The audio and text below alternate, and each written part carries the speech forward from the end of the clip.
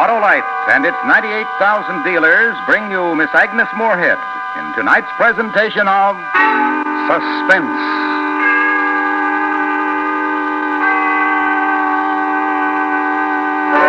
Tonight, Autolite presents a story in the classic tradition of suspense. A new version of Charles Dickens' terrifying short story, The Signalman. Our star, the First Lady of Suspense, Miss Agnes Moorehead.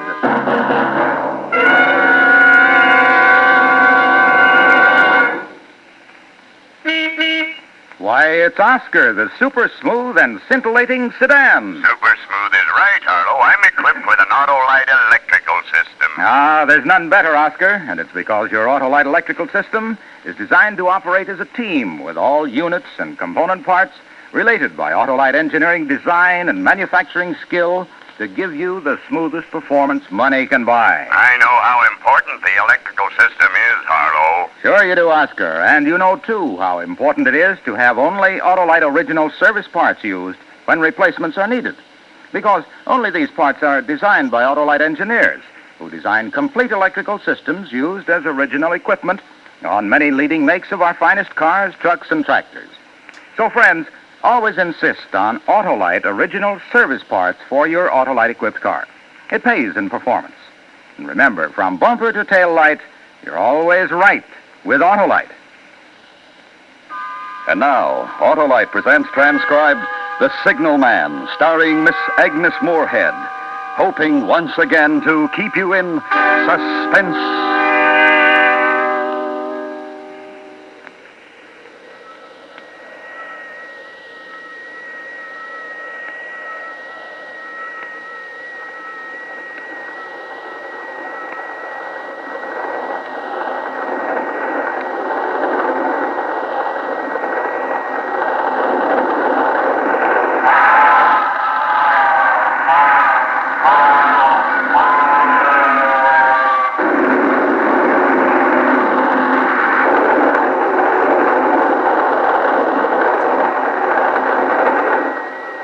It smashed by like a wounded monster, screaming in pain, and disappeared into the dark tunnel.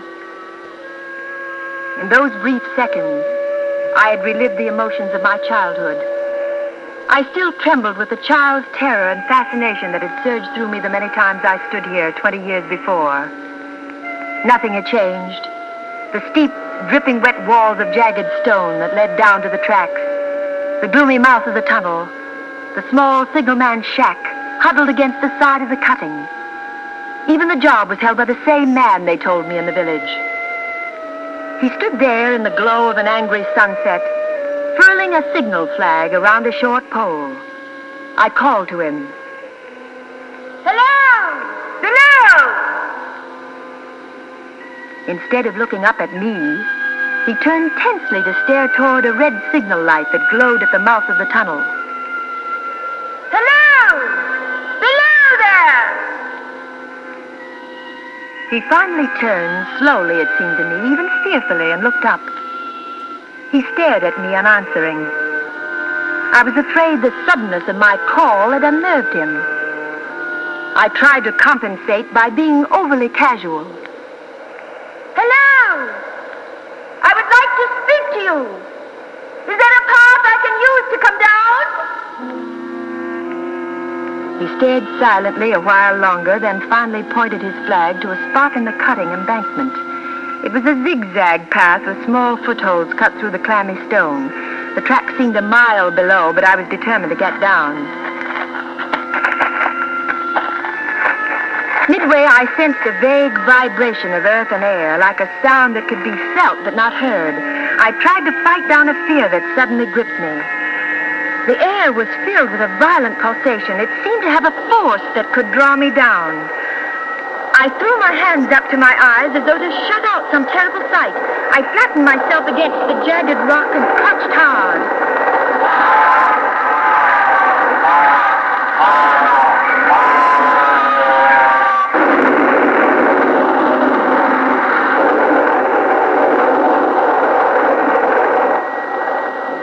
Then I was angry with myself, ashamed of this uncontrolled, childish reaction. I could see the signalman still staring at me. I climbed down the rest of the way quickly, carelessly, and I walked toward him with a casual smile. He watched me expectantly. Hello. My name is Sayers. I used to live in the village. I was anxious to speak to you. I'm sorry I startled you when I called down. Why did you use those words? Those words? I hardly remember. I think I shouted hello below there, or something to that effect. Not to that effect, miss. Those were the very words. I know them well. Admit those were the words. Oh, all right, I admit. Why did you use them? Well, you were below. I wanted to attract your attention, so I called hello below there. It seems logical, doesn't it? Aye, miss. If you had no other reason. What other reason could I possibly have? I thought you would tell me. I'm sorry. Maybe I shouldn't have come down. I think I frightened you. Why would you think that, miss? Well, you stare at me as though you had a dread of me. Aye, miss. I was doubtful whether I had seen you before. Well, if you have, it was when I was 8 years old, standing on that bridge over the tunnel up there. I used to love watching the trains. Then my family moved to the city. This is my first visit back in 20 years. You don't believe me? I'm not certain. But where could you have seen me? Don't you know? Well, since I've been away for 20 years. Up there, by the red signal light at the mouth of the tunnel. Oh, that's why you turned and stared there when I first called. Aye, miss. Well, what would I be doing up at the signal light? I don't know. I wish I... 'Tis a mistake, miss. I haven't been well. What is it you wish to speak to me about? Well, I'm a writer. I wanted to interview you. Me? Why me, miss? Well, my magazine does a weekly biographical piece on interesting people and unusual occupations. It's called Close Up. Aye, miss, I read... You have? What, you seem surprised. Oh, please, perhaps. That one so unsophisticated as I... Well, I really didn't mean it that way. There's a bit of a fire in my shack. It'd be more comfortable for you there. Yes, thank you. Aye, this is a lonely post. Visitors must be rare. Aye, miss. The branch superintendent makes an annual inspection. That's all, except for... Yes? Come in, please.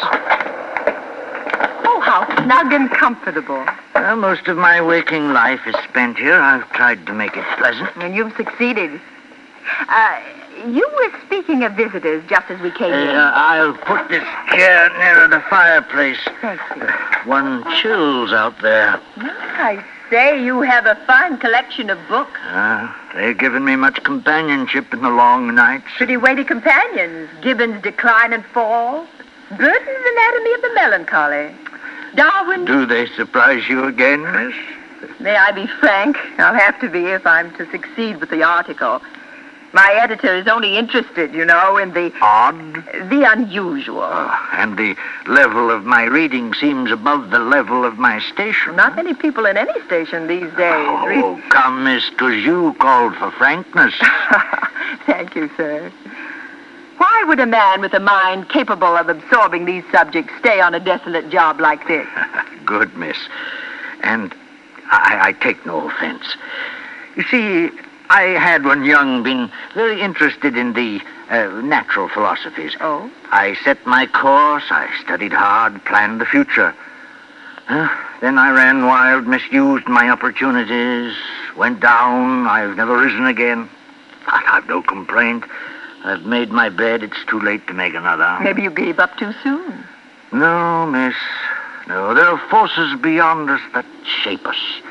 One must know when not to resist. I might have bloodied myself a while longer, but I knew I took this position 34 years ago. And you never regretted? No, not until... Won't you please tell me? You first tell me what brought you here. But I have. You said nothing of what made you think of this place specifically. There are many places and people. Well, I told you I used to come here as a child. The trains frightened and fascinated me. I always remembered it vividly through the years. I promised myself that one day I would come back and do a story on it. Good subjects aren't easy to find, you know. Why did you choose just now to come? Oh, these ideas germinate in the writer's mind for a while, and then an impulse. And you were drawn here? You say that as though mystic forces were involved. It was much simpler, I assure you. I've been working hard. I decided that a few days in the country would do me good. I planned to use them profitably by doing a story on you. But you might have come to that decision last month or last year. Well, that's true, but I can't see why you attach such special significance to the fact that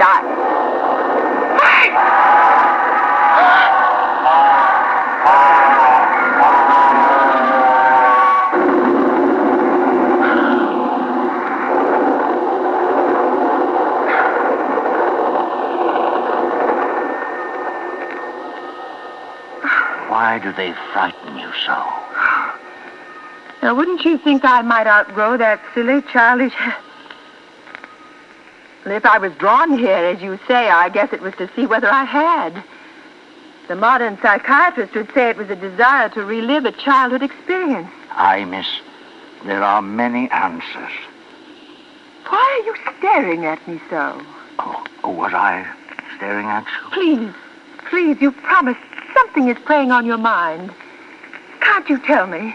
It's very difficult to impart, miss. Very difficult to speak of. If you ever make another trip, I will try to tell you. Yes, of course. And I will have to make several trips before the story takes shape.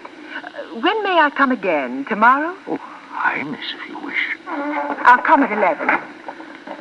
You won't have difficulty getting up? No, it was only that first trip down. I'll show my white light till you reach the top. Thank you. I'll say good night now, miss. Good night, sir. I wish you a pleasant one. I regret Oh, yes, I understand. Aye, miss. I think you do. May I ask, then, when you get to the top, don't call out to me. I beg you, don't call out. I won't. And when you come tomorrow night, please, don't call out. Of course not. Good night. And may I ask one parting question? Yes, certainly. When you came down the path earlier tonight, midway, you suddenly threw your hands up to your eyes like this, as though to shut out some dreadful sight. Why? It was that uncontrollable, childish reaction. I felt as though the train would draw me down. I covered my eyes like a child not to see it. You had no feeling that the action was conveyed to you for some reason? No. Why should it seem otherwise?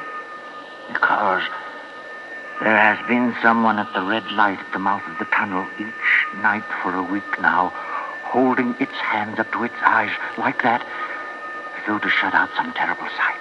And you have actually seen it? Every night. Was it there tonight when you went to the door? Yes, I saw it quite clearly. Who was it?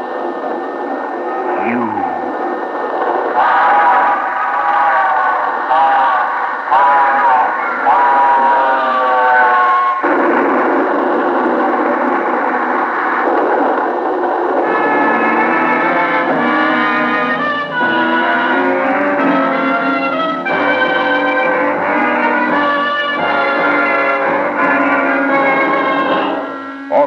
Is bringing you Miss Agnes Moorehead with Joseph Kearns in The Signalman.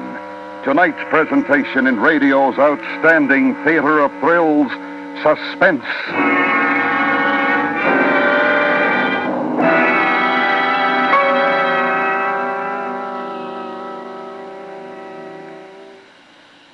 Hey, Oscar, sound your horn. Play your radio. Now start your engine. Hey, what's all that for, Harlow? Why, all those operations depend on the sure, smooth performance of your Autolite electrical system, Oscar. And so do the lights, heater, and electric windshield wiper. They all depend on my Autolite electrical system, Harlow? They sure do, Oscar. And what's more, your Autolite electrical system works every second your engine runs. That's why Autolite electrical systems, designed to give the smoothest performance money can buy, are used as original equipment on many leading makes of our finest cars, trucks, and tractors. They're the best, Harlow. Right you are, Oscar. And friends, treat the electrical system of your car to a periodic checkup at your car dealer's or authorized Autolite service station. To quickly locate him, look in the classified section of your phone book or call Western Union by number and ask for Operator 25. And remember, from bumper to tail light, you're always right with Autolite. And now, Autolite brings back to our Hollywood soundstage Miss Agnes Moorehead in Elliot Lewis's production of Charles Dickens' The Signalman, a tale well calculated to keep you in suspense.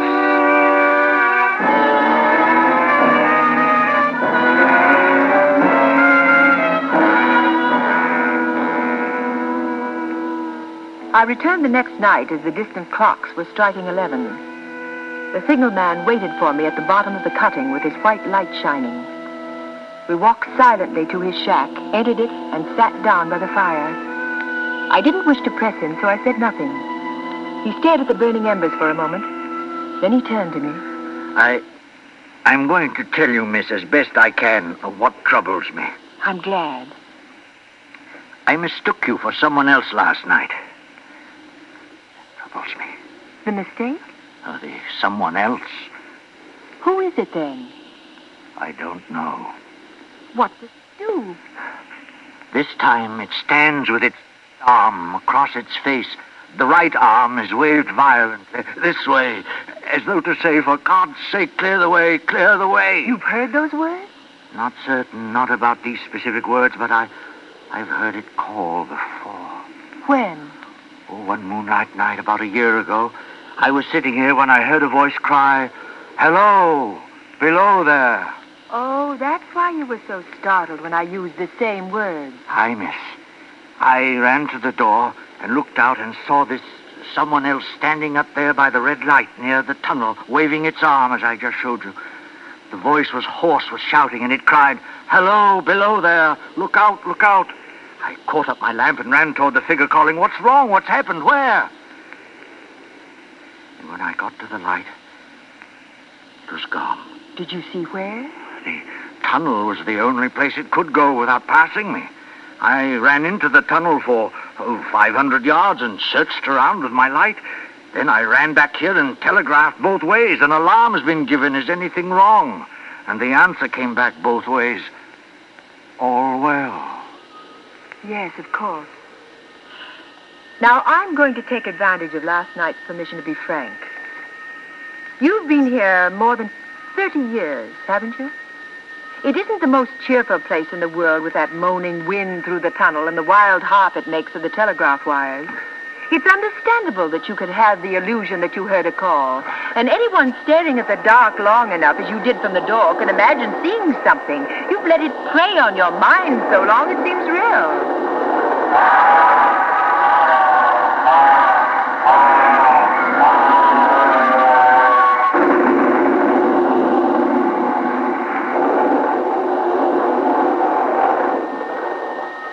I was not finished, miss. Oh, I'm sorry. Within 6 hours after it first appeared, the main line flyer crashed and derailed at the far end of the tunnel. Within 10 hours, the dead and the wounded were being brought through the tunnel over the spot where the figure stood. Coincidence. A tragic, remarkable coincidence, but I can't see... There is more, miss. Oh, please forgive me. 6 or 7 months passed. I had recovered from the surprise and shock when one morning, just as daylight was breaking, I looked toward the red light and saw it again. Did it cry out? No, it was silent. It didn't wave its arm? No, miss. No, it leaned against the post with both hands covering the eyes like this, as though to blot out some terrible sight. And that's why you asked me why I had put my hands to my eyes? Why, miss? As I came down the path? You called out the words it used the first time. You covered your eyes as it did the next time. Go on, please. That very day, as a train came out of the tunnel, I noticed a confusion of hands and heads at one of the coach platforms, and something waved. I saw it in time to flag down the engineer. He applied his brake, but the train drifted past here about 100 yards. As I ran up to it, I heard terrible screams and cries. A beautiful young woman had fallen between the cars. Oh. She was brought in here. She died on this very spot between us. Oh, horrible. But I still don't see... One final word, miss, and you will judge how my mind is troubled. It came back a week ago. Ever since, it has been here. At the light? Aye. It covers its eyes. It waves its arm. It shouts, for God's sake, clear the way, clear the way.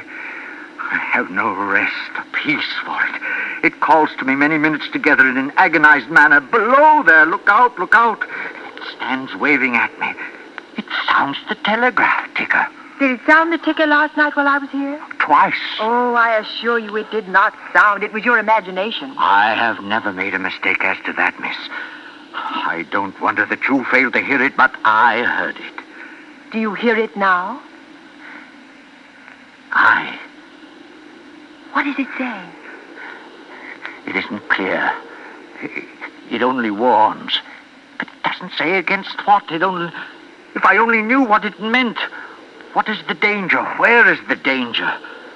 There is danger overhanging somewhere on the line. Some terrible calamity will happen. Now, you must set reason to... If I telegraph danger on either side of me or on both, I can give no reason for it. I would get into trouble and do no good. They would think I was mad. This is the way it would work. Message, danger, take care. Answer, what danger, where? Message, don't know, but for God's sake, take care. They would displace me. What else could they do? I can help you. But you must face realistically what I have to say. Now, will you try? Yes, I'll try, miss. These accidents have shaken you deeply. You feel guilt about them, even though there was nothing you could do. You've let it prey on your mind until you imagined someone tried to warn you. Unheard that someone. Even the senses can deceive when the mind is under stress.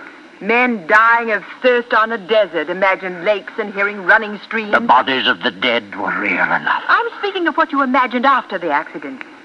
If you let me, I'll prove to you step by step that the specter existed only in your fantasies. How can you prove that in the face of what I've told you? By appealing to the intelligent reasoning portion of your mind. Listen, you were positive when you first saw me that I was the specter. You saw up the light, now weren't you? You used the same words. Well, now listen carefully. I appeal to the intelligent, well-read, reasonable man. 3 words.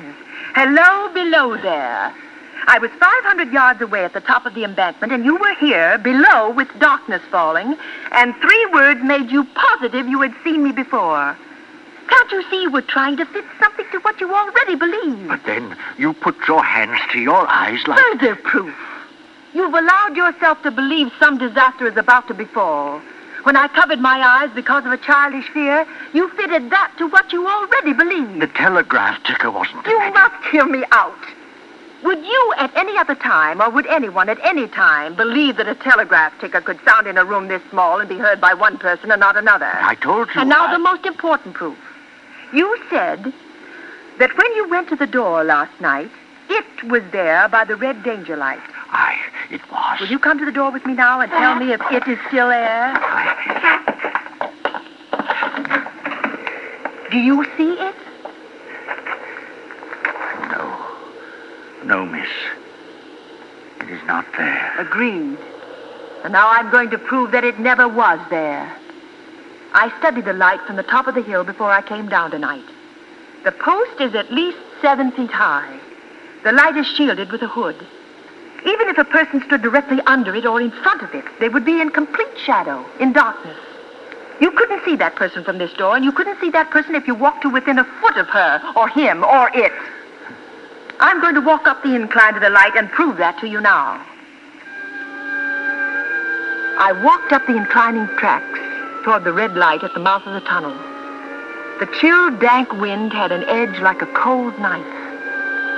When I got to the light post, I stood directly under it. No portion of the red glow reached me. I was lost completely in the dark. I saw the signalman silhouetted in the yellow light of the doorway. Hello! Can you see me?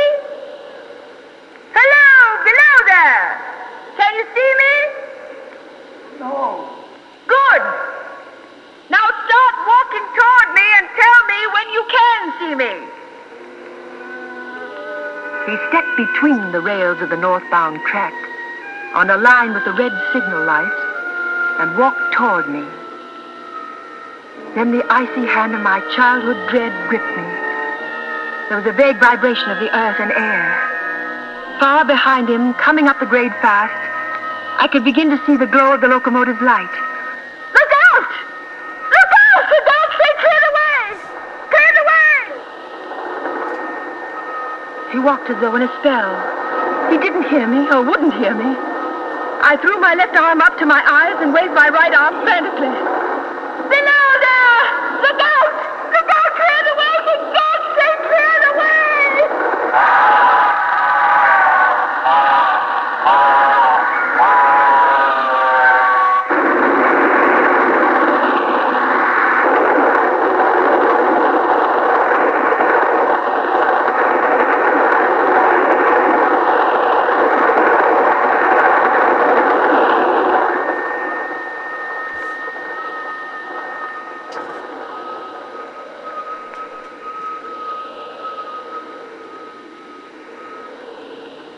Long after it was over, they found me, still standing there, both of my hands up to my eyes to shut out the terrible sight.